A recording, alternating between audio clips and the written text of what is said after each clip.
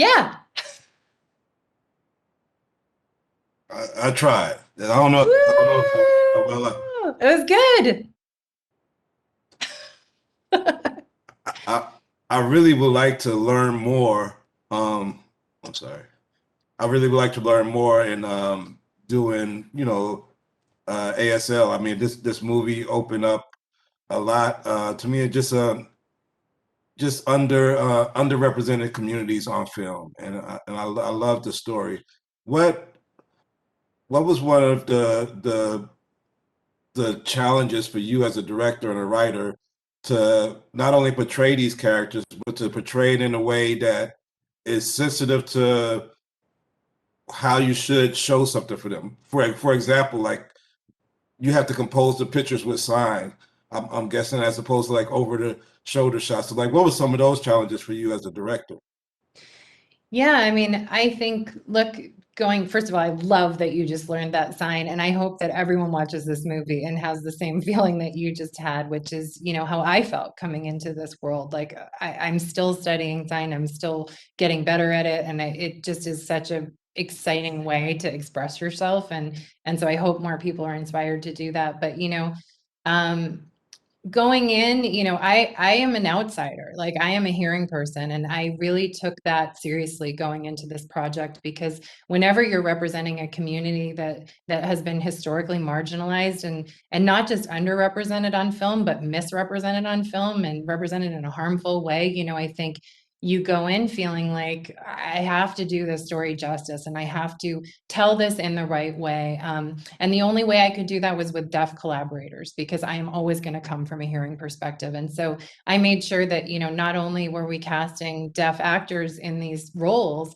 but that I had deaf people behind the camera as well with me, who, from the moment that I was writing the script, who were reading drafts for me and giving me notes and going, you know what, that joke doesn't work, or, oh no, that works.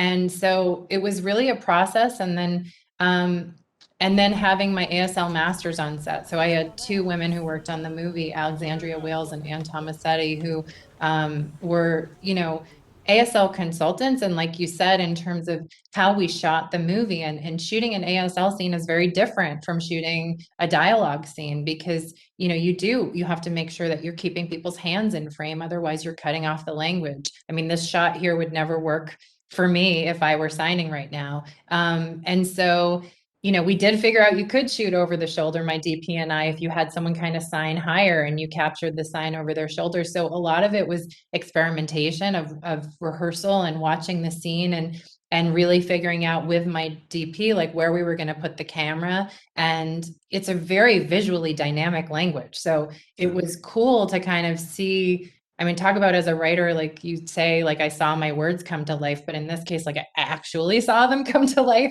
And that's such a fun discovery for me as a creator. You write a joke, and you hear it in your head, and you sort of makes you laugh, and then you watch it signed, and it's like 10 times funnier than it was, when you wrote it in English. And so there were all of these discoveries along the way for me. But I certainly couldn't have come into the project. You have to know what you don't know, and you have to kind of be humble about trusting that other people are going to put your perspective in check. I think whenever you're telling a story that is not about your own community.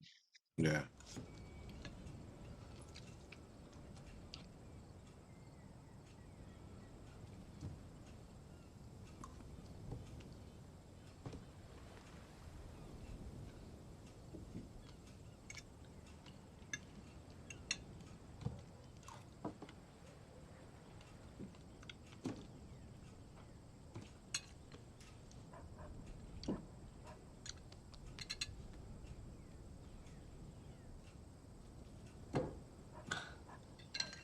Why is it always about you?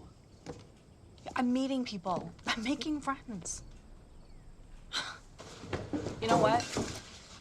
You should get out in the world too.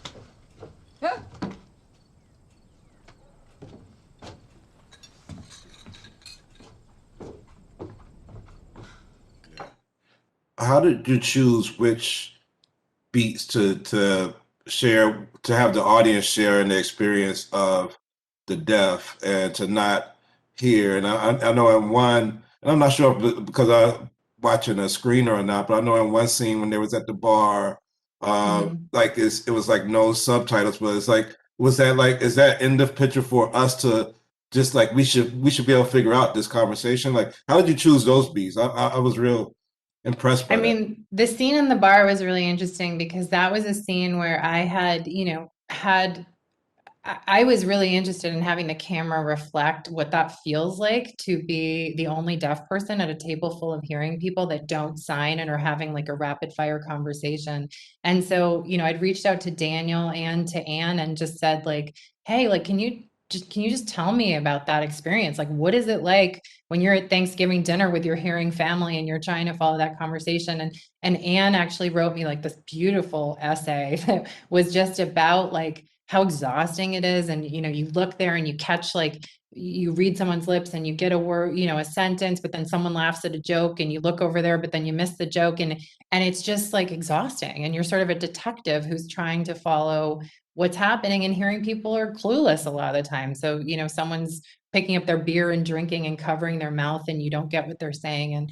And so that thing that she wrote me was really essential in covering that scene because I gave it to my DP. She read it. She operated camera during that scene and was really figuring out like where the camera should be looking and how we could put the audience in that experience that Leo is having in that moment. So a lot of the moments where I move people into the deaf experience, they're happening later in the movie because I wanted people to be invested in the characters first and feel like they love this family and these people, and then you get to experience what it's like, and so those moments were key for me, and I was careful with where I chose to do them because I didn't want to overuse it, but I also felt like it was important to have them. Well, I really appreciate your time. I loved the characters in this film. I loved the story. I loved the representation of the actors, and I'm hoping to get better. I mean, I spent this amount of time in my life not having the opportunity to interact with any of the deaf community. It's unfortunate. I'm curious, and I would love to be more invested in that community and to be a part of it. You know. Well, now you can sign your name, so it's a start. Thank you.